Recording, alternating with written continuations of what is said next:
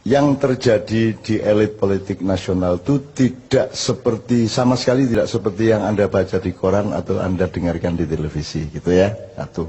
Nomor dua, apakah presiden berkuasa? Tidak. Apakah Megawati berkuasa? Tidak. Apakah anak-anaknya Megawati berkuasa? Akan semakin tidak. Ya. Terus siapakah yang berkuasa? Gitu. Yang berkuasa tidak pernah muncul di media massa. Jadi mereka membutuhkan ketidakpastian dari pelaku-pelaku di panggung ini, diadu domba sedemikian rupa. Nah, siapakah yang madu domba? Yang madu domba ini sudah juga sedang bertarung di antara mereka. Jadi nanti ada skala global internasionalnya, terus nanti ada tajalinya yang agak regional nasional, gitu ya. Nah, mereka ini pokoknya kalau ndak Yahudi Timur ya Cina Barat, kan gitu. Kira seperti itu. Nanti timelinenya adalah 5 tahun kemudian 10 tahun ini kita mengalami pertaruhan. Indonesia akan dimik-dimik kembali bangkit menggeliat atau akan hancur sama sekali dan menjadi bangsa jongos total tahun 2024. Nah, siapakah mereka ini? Pasti adalah konstelasi para pemilik modal, baik di tingkat internasional maupun regional dan nasional. Nah, itu lapisan-lapisan ini juga bertarung satu sama lain, tapi yang pasti ada rasnya mereka. Yang paling bermain adalah orang-orang yang sudah datang ke Nusantara sejak abad ke-13, tetapi sampai hari ini mereka berposisi masih tamu secara kultural di Indonesia. Lagi engko jajal diskusi ning warung-warung, kok isih dayoh maksudnya piye gitu ya. Ya. Jadi ada orang yang sudah kerja dan kaya raya di sini, tapi dalam hatinya masyarakat Indonesia mereka masih tamu, jadi belum pantas jadi gubernur sebenarnya. Lu kok guyu gitu? Misalnya, padahal dialah yang nanti akan diangkat untuk sampai ke puncak oleh konspirasi itu. Karena nanti yang diciptakan adalah sistem-sistem yang menguntungkan roti dan keranjang-keranjang mereka bekerja sama dengan konstelasi internasional. Nah, jadi saya ingin memperingatkan, kue isih dayoh, kue aja banget-banget lemu pecicilan, ya. Iki Indonesia iki aja rumangsamu ming kaya sing kok sangka. Ono liya-liyane loh di Indonesia ini. Bangsa Indonesia itu banyak.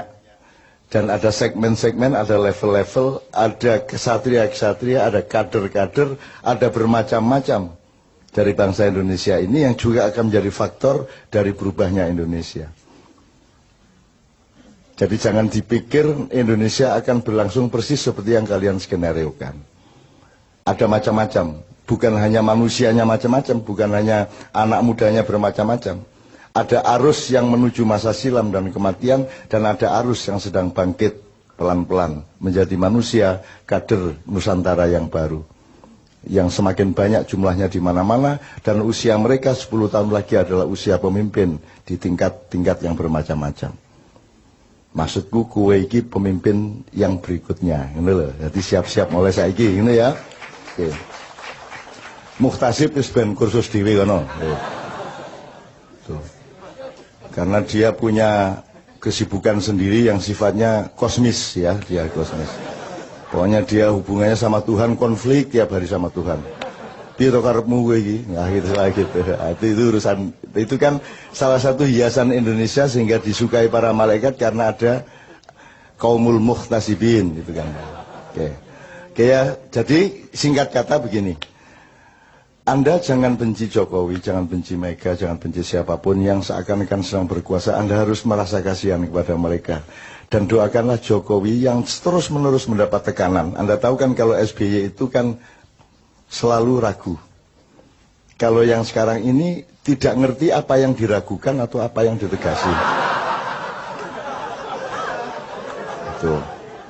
Masih lumayan kalau dulu kan masih ragu terhadap sesuatu hal. Ini sesuatu halnya dia tidak ikut menentukan. Jadi arep ragu ki ora ana dalane, arep tegas ya ora dalane, akhirnya sing metu iku dudu saka atine, dudu saka pikirane dhewe. Gitu ya. Jadi kita doakan mudah-mudahan beliau ini oleh Allah segera dibebaskan dari tekanan-tekanan. Jelas ya? Jelas maksudnya ya? Gue ngerti sastra toh? Nah. Sementara yang sangat bernafsu untuk bertarget tahun ini harus menggantikan orang yang penuh tekanan-tekanan ini, kita doakan mudah-mudahan dia tidak diberi kesempatan oleh Allah untuk bersu'ul khotimah. Iki ya jelas tau kudune. Nah, gitu. Jadi nek di YouTube iki berdebat sik lagi ngafirke aku gitu. Gitu teman sekalian, wes. Untuk itu, emang Anda terpengaruh dengan semua itu kan tidak. Anda kan punya kedaulatan, Anda kan punya kemandirian, Anda punya keyakinan hidup. Dan semakin hari Anda semakin tenang dengan keyakinan Anda. Dan Anda tahu rakyat Indonesia kan sama sekali semakin tidak tergantung kepada pemerintahnya. Mau dolar 18.000 gitu. Ora berpengaruh kan gune sing nggawa payung ning ngarepe mall kae. Wis pokoke nek nggawa payung ana udan nyeterke nang mobil entuk piro ning prapet piro kan Anda semua kan tidak terlalu terpengaruh. Bahkan di Jawa Timur anak-anak muda lantang ayo iki yo gurung mundhaki BBM iki apa iki. Kurang ajar nang wis ae diunggahno ayo. Nang wis. Mosok gak mundak-mundak iki lho. Ayo diunggahno ayo sepur mesisan 4 kali lipat ayo apa ngono. Engko tak delete tekek ndek njero balas. Nek sak delete tekek supaya gak mlaku mesisan wis. Gitu loh, pesawat-pesawat barang ini. Luwung gimana kita mau bikin konferensi Asia Afrika. Asia Afrika itu kan Bung Karno punya karya. Itu kan konferensi negara-negara non-blok. Non-blok. Lho kowe iki nggak konferensi non-blok kok jaluk pelindungan nang jeraganmu iki piye? Njur pura-pura digawe pesawat tapi didandani sik le dandani regane luwih larang timbangane pesawat sing dikekke.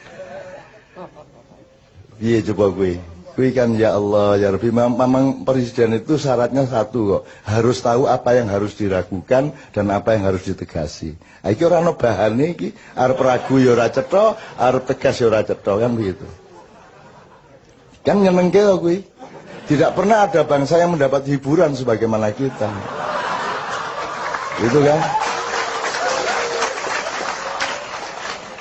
Tidak, jangankan kan kalau dalam Islam tuh, kalau dalam bahasa Arab tuh ada namanya uslub. Uslub itu diplomasi tingkat tinggi. Seperti saya mengatakan, mudah-mudahan segera terbebas dari tekanan, itu uslub. Ketika saya acara dengan KPK yang pertama, saya berdoa, ya Allah, segera bubarkanlah KPK. Itu kan uslub, artinya maksudnya kehakiman, kepolisian, kejaksaan sudah beres, bisa menjalankan tugasnya dengan jujur sehingga tidak diperlukan KPK. Jadi kalau KPK didoakan untuk bubar itu artinya supaya tidak perlu ada ad hoc lagi untuk mengurus korupsi kan gitu. Tapi orang karena pikirannya linier dan sastra kalimat aja tidak jelas. Maka ketika saya berdoa dengan tingkat uslub tadi, susastra tinggi tadi, orang paham loh kok Canun menginginkan KPK bubar karepe piye? Loh, nek KPK bubar berarti hukum sudah beres, kan begitu. Karena hukum belum beres, pelaku-pelakunya belum beres, diperlukan perangkat pembantu pemain bon-bonan yang namanya KPK.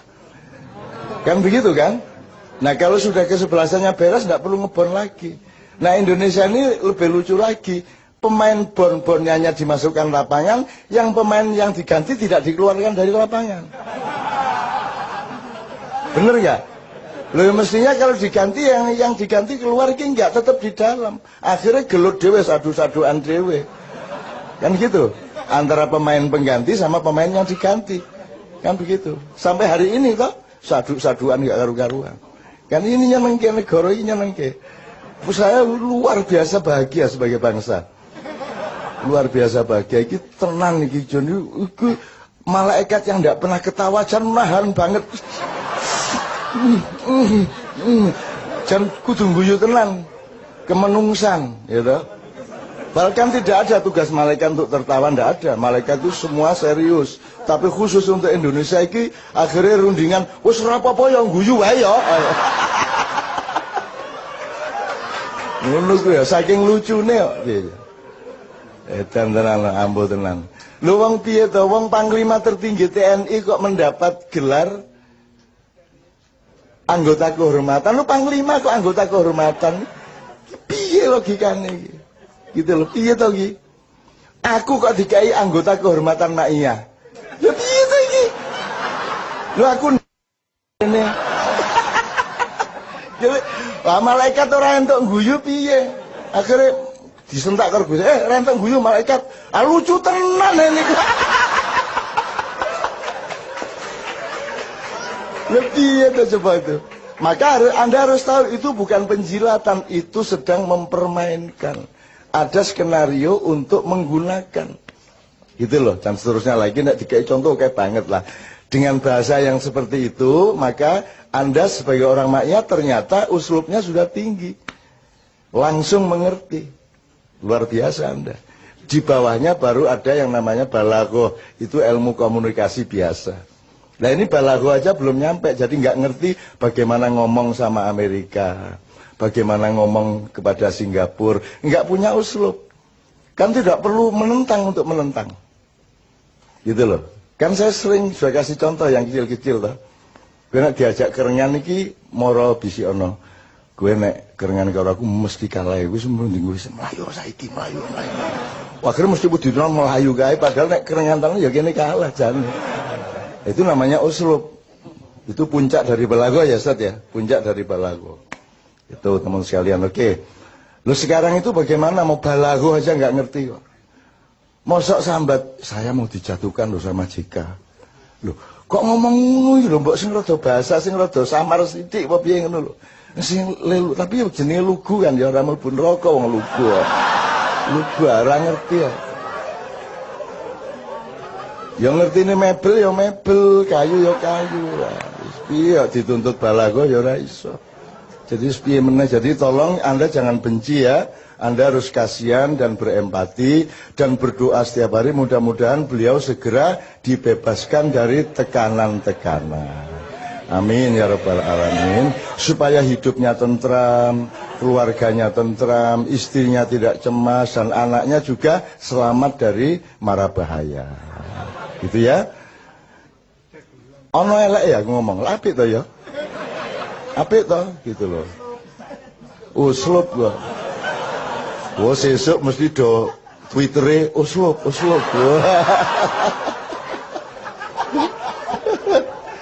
Are-are iki AS Hikam ditawur arek-arek jebol arek-arek.